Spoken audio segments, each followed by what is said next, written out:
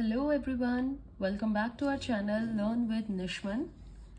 As you can see, we have covered till section 27 related to confession. So next section 20 and 29 is related to relevant confession. Pay your all attention starting with section 28. Section 28 which हमें क्या बताता है? Confessions which are made after removing the impression caused by inducement, threat और promise. अगर आपके ऊपर earlier जो आपने कन्फेशन दिया था वो इस कॉन्टेक्स्ट में दिया था under the shadow of any threat, inducement और प्रॉमिस था, वो कन्फेशन हमने क्या बताया था? इररिलेवेंट हो जाता है as we discussed in section 24. But section 28 says if we remove that thing, that impression of inducement, threat और promise, then what happen? क्या वो confession relevant होगा कि नहीं? Yes, after that confession will become relevant. So let's discuss. So section 28 says that at the time of confession, if court is satisfied that the element of inducement, threat or promise or its influence is removed, then that confession will become relevant. So when a person goes to magistrate for confession, the magistrate generally gives the accused some time before recording the statement. Okay, जैसे A accused बचे, जब इसको on the trial magistrate के सामने पेश किया गया, then magistrate क्या करते हैं? उसको कुछ time देते हैं, right? टाइम किस लिए देते हैं? उसकी रिकॉर्ड जब वो स्टेटमेंट अपनी देगा या कुछ बोलेगा उससे पहले, the purpose is to give some time to the accused to cool down in order that the influence जो इंड्यूसमेंट का हो, प्रॉमिस का हो या थ्रेट का हो, इज गोन. ओके, कोई भी ऐसा इन्फ्लुएंस हो, इन्फ्लुएंस ऑफ व्हाट याद रखना है? इंड्यूसमेंट, थ्रेट और प्रॉमिस. तो उसको कुछ टाइम दिया जाता है so that influence of these is gone, right? And then जो एक्यूज्ड हो वो थोड़ा कूल डाउन होकर ठंडे दिमाग से तब अपनी स्टेटमेंट मैजिस्ट्रेट के सामने रखे और तब उसकी स्टेटमेंट को रिकॉर्ड किया जाता है, राइट? मैजिस्ट्रेट में put accused to judicial custody even. This will ensure that confession is made without any such influence. Judicial custody में क्यों रखा जाता है? ताकि ये इंश्योर करने के लिए कि वो जो भी स्टेटमेंट दे रहा है या कन्फेस कर रहा है वो इन चीजों के अंडर बाउंड होकर नहीं दे रहा है. Okay, this confession is relevant because at the time of making confession, the accused is not under the influence of these aforesaid things. Alright, it is upon the trial court to examine the circumstances to assure itself that the effect of these inducement, threat, promise was fully removed. Okay, court को ये खुद से ensure करना पड़ेगा कि जो ये element है इनका इन्फ्लुएंस एक्यूज्ड से बिल्कुल हट चुका है एंड वो किसी भी बाउंडेशन में आके स्टेटमेंट नहीं दे रहा है. He is giving it freely. Okay, and therefore he should allow a cooling down या ऑफ पीरियड दिया जाता है to the accused before recording the confession, right? ये बात मैंने आपको जब हमने कॉन्स्टिट्यूशनल लॉ किया था तभी भी बताई थी अंडर आर्टिकल 22 कि अक्यूज्ड को एक फुल टाइम दिया जाता है एंड उसको एक क्लियरली एक स्टेटमेंट मैजिस्ट्रेट के द्वारा बोली जाती है कि वो कन्फेशन देने के लिए बाउंड नहीं है because that confession can go against him only. Okay, he may make the statement sit in isolation away from the police for some time, or in proper cases he may even send the accused to judicial custody, which I have told you, for 2 days, right? 1 या 2 days के लिए उसको भेजा जाता है before recording his confession. तो ये as you know very critical thing होती है because उसकी जो confession होती है, I told you it's a self-harming admission, right? Confession as I said self harming admission and self harming है तो it's very critical topic. Magistrate ऐसे ही नहीं किसी की स्टेटमेंट रिकॉर्ड कर सकते. They have to see proper circumstances under which the accused is giving statement and if court finds कि there is element of all this, then that statement is irrelevant. To remove that influence to remove these conditions, court will give some time to A or send him to the judicial custody so that he can give his statement in a cool mind, right, without any fear, without any threat. So this is your section 28 says. Now come to your section 29. 29 किस बारे में बात करता है बच्चे? Your section 29 says confessions which is otherwise relevant not to become irrelevant because of the promise of secrecy.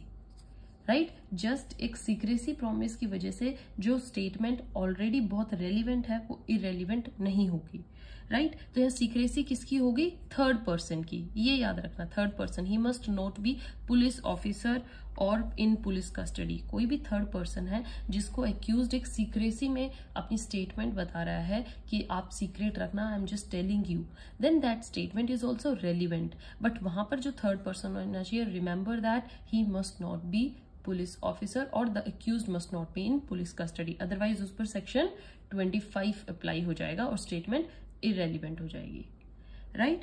So what your section 29 says that which statements are otherwise relevant will not hit by section 24 or 25 even if it was covered by the following situations. मैं आपको situations बताती हूँ। इन situations में बेशक वो confession cover हो रही है, confession फिर भी क्या मानी जाएगी? relevant। कौन कौन सी situation? promise of secrecy, मतलब आप इस प्रॉमिस में बता रहे हो कि वो आपकी इस बात को सीक्रेट रखे ताकि जैसे कि आप अपने को प्रिजनर को बता सकते हो, right. Confession in the church to father, आप फादर को अपनी स्टेटमेंट दे रहे हो। या डिसेप्शन, जब आप डिसेप्शन फील करते हैं, मतलब आपको खुद से ही ऐसे लगता है that you are doing wrong, आप अपने आप को एक अच्छे रास्ते पर लेके जाना चाहते हो, आप महात्मा फील करना चाहते हो, right? So person who went to the accused himself pretending himself to be या impersonate करते हैं as a good person and discuss या accused को पूरा confess कर देते हैं, you accused को you know confess everything कि ये सब मैंने किया है। आपको इससे लगता है now अब आप एक evil से बच गए हैं, आप एक purity के राह पर चल रहे हैं, तो उस केस में भी वो statement क्या होगी? relevant होगी, okay? And if police in disguise, अगर वो पुलिस आ जाती है वहां पर और आप तब कन्फेशन कर रहे हो, मतलब थर्ड पर्सन अगर पुलिस होगी तो फिर क्या लग जाएगा? सेक्शन 25 अप्लाई होएगा and that statement will become irrelevant. Alright, so अब और सिचुएशन क्या है? इंटॉक्सिकेशन, डिसेप्शन मैंने आपको बताया। इंटॉक्सिकेशन मीन्स इलीगली आपको इंटॉक्सिकेट किया गया है ताकि आप सच बोले, तो वो भी क्या होगी? स्टेटमेंट रेलिवेंट होगी, लीगल मानी जाएगी। या फिर in answer to the question which he need not answer, एक कोई क्वेश्चन है जिसका उसको आंसर नहीं भी देना था बट उसने उसका आंसर दिया है, तब भी वो स्टेटमेंट रेलिवेंट होगी। तो these are the following situation under which a statement although irrelevant becomes relevant if it is made to the third person, right? I'll tell you one example. S is the person. S goes to accused. Accused मान के चलिए A है, accused के पास जाता है and forced him to make confession, right? ये accused है A, मतलब offender A ही है। S A के पास गया कि वो अपनी statement दे जल्दी से, right? By compulsion. So this confession is relevant. ये relevant होगी कब? If S is not the person in authority. Person in authority I told you, जो person in authority होते हैं वो इन्वेस्टिगेटिंग ऑफिसर या पुलिस ऑफिसर, जिनको अथॉरिटी उसके ऊपर मिली है, वो पर्सन ना हो तो, ठीक है। अगर S एक कॉमन पर्सन है या जस्ट थर्ड पर्सन है, उसके सामने अगर A ने कंपल्सरी अपनी कन्फेशन दी है तो वो रेलिवेंट मानी जाएगी। बट S क्या होना चाहिए? पर्सन इन अथॉरिटी नहीं होना चाहिए, remember that. Now no warning, right? कई बार क्या करते हैं हम? नो वार्निंग दे देते हैं। जैसे मैंने आपको बताया है, वार्निंग कब दी जाती है? जब judicial magistrate of first class है, मैजिस्ट्रेट के सामने स्टेटमेंट दी जाए, वो आपको टाइम देते हैं, एक वार्निंग देते हैं that your statement is a self harming and it can go against you. But if any third person is taking your statement, आप उसके सामने कन्फेस कर रहे हैं, जैसे एस ए के पास गया और उसे कंपल्सरी एक कन्फेशन ली और उसने उसको कोई वार्निंग नहीं दी, ठीक है, कन्फेशन ऑब्टेन्ड विदाउट वार्निंग, या ही इज नॉट वार्न्ड और not told that confession be used against him, तभी भी वो रेलिवेंट मान ली जाएगी कि उसने बिना वार्निंग एक्यूज ये नहीं कह सकता अरे नहीं मेरी तो बिना वार्निंग की स्टेटमेंट ले ली थी. No, because you are confessing it to any third person and he is not bound to warn you. Only the magistrate is here to bound you, here to warn you. So if accused made confession under section 24 does not apply, it is relevant. If confession is otherwise relevant, it will not be relevant merely because of these situations. So whenever confession, warning should be given so that person may confess freely. ये हमने देखा ही है कि हमेशा उसको warning दी जाती है. But section 29 में it's a general confession. You are making it to any person, no warning, and then still that confession is relevant. But section 164 of CRPC, 463, ये दोनों सेक्शन CRPC के वो स्पेशल कन्फेशन नोट डाउन करते हैं. और special confession में क्या होता है, judicial magistrate of first class who recorded did not warn if accused, the confession वहां पर inadmissible हो जाएगी. So judicial magistrate first class के सामने जब आप स्टेटमेंट दे रहे हो तो ये उनकी ड्यूटी बनती है कि वो आपको ऑलरेडी वार्न करें, और अगर उन्होंने आपको वार्न नहीं किया है तो वो स्टेटमेंट भी आपकी एडमिट नहीं की जाएगी, वो आपके अगेंस्ट यूज नहीं होगी. बट सेक्शन 29 में you are just making a general statement, और यहाँ पर अगर आपको वार्न नहीं भी कर रहे हैं तो ये कोई बड़ी बात नहीं है, आपकी कन्फेशन को तभी भी रेलिवेंट माना जाएगा.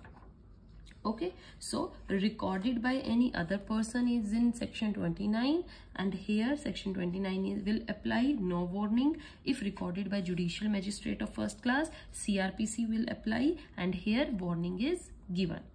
अच्छे समझ में आया? Now what says is that person's threat accused that I'll kill your wife if confession not given. एक person जाता है for example ऐसे ही गया A के पास और उसको कहा या तो confession दे और otherwise I'll kill your wife. So accused here made the confession under compulsion. उसने compulsion में आके दी है statement, but it is still relevant. Why? If other conditions of confessions जो है सारी fulfill हो जाती हैं. But अगर यही सेम काम पुलिस कस्टडी में या पुलिस ऑफिसर के द्वारा किया जाता तो वहां पर सेक्शन 24 या 25 आ जाता और स्टेटमेंट irrelevant मानी जाती. समझ में आ रहा है बच्चे डिफरेंस? सीआरपीसी का section 164 read with section 463 clearly declares that if confession was obtained by accused without sufficiently warning him, it is incurable or irregular confession, or you can say inadmissible, right? And therefore said confession cannot be used as evidence. आप उसको evidence के लिए use नहीं कर सकते हैं. On other hand, section 29 clearly declares that a confession without such warning will also be relevant and admissible. Okay, so section 164 and 463 in that regard is a special provision, and whenever judicial magistrate of first class records that confession, the restriction of section 164 read with section 463 will apply. Right बच्चे, यहाँ पर ये conditions apply करेंगी जब हम किसकी बात कर रहे हैं, जुडिशियल मैजिस्ट्रेट फर्स्ट क्लास की. But on the other hand in case of section 29 it will be applicable, and section यहाँ पर वार्निंग देने की जरूरत नहीं है, यहाँ पर आपकी स्टेटमेंट रेलिवेंट मान ली जाएगी. तो सेक्शन 28 में हमने बच्चे क्या पढ़ा है, influence of inducement threat of promise अगर हट जाए तो स्टेटमेंट रेलिवेंट मान ली जाती है. और 29 में अगर आप थर्ड पर्सन को दे रहे हैं या आप डिसेप्शन में या प्रॉमिस में, इंटॉक्सिकेशन में, इवन आपको नो वार्निंग ना मिली हो तभी भी आपकी स्टेटमेंट को एक्यूरेट माना जाएगा. ऑलराइट बच्चे, अच्छे से समझ में आ रहा है? This is our section 28 and 29. Read it thoroughly. मैंने एग्जाम्पल्स दिए हैं. Now stay tuned for the next video. We are going to cover next section, very very important section 30 and 31. So don't miss any chance and keep reading, keep studying. Till then, goodbye. Have a nice day. Thank you.